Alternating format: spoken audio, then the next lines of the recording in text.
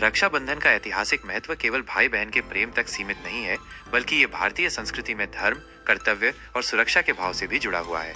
इसके पीछे कई ऐतिहासिक और पौराणिक प्रसंग मिलते हैं जिनसे इस पर्व का महत्व समझा जा सकता है।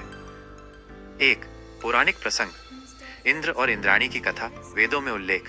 देवासुर संग्राम में जब इंद्र की स्थिति कमजोर हो गई, तब इंद्राणी ने एक पवित्र धागा, रक्षा सूत्र, मंत्रोच्चार के साथ उनकी कलाई पर बांधा। इससे इंद्र को शक्ति और विजय का आशीर्वाद मिला।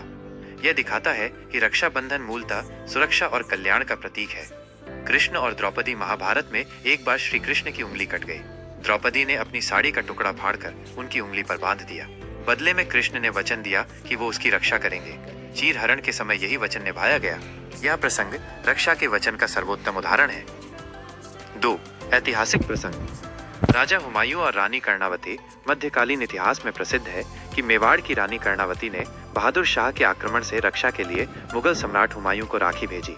हुमायूं ने इसे स्वीकार कर उनकी रक्षा का संकल्प लिया।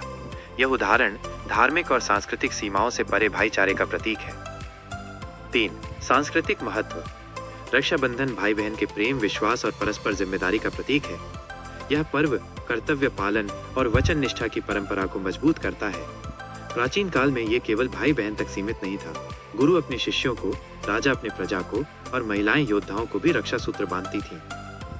4. आधुनिक संदर्भ। आज ये पर्व सामाजिक एकता, परिवार के प्रति जिम्मेदारी और महिलाओं के सम्मान का संदेश देता है। यह हमें याद दिलाता है कि सुरक्षा केवल शारीरिक नहीं, बल्कि भावनात्मक और नैतिक भी होती है। स्वतंत्रता संग्राम काल, बंगाल विभाजन 1905 के समय रविंद्रनाथ टैगोर ने रक्षाबंधन को हिंदू मुस्लिम एकता का प्रतीक बनाया।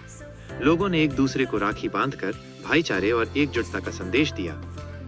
आधुनिक काल अब रक्षाबंधन भाई बहन के रिश्ते तक सीमित नहीं, बल्कि मित्रता, सामाजिक सुरक्षा और महिलाओं के सम्मान का प्रतीक बन गया है।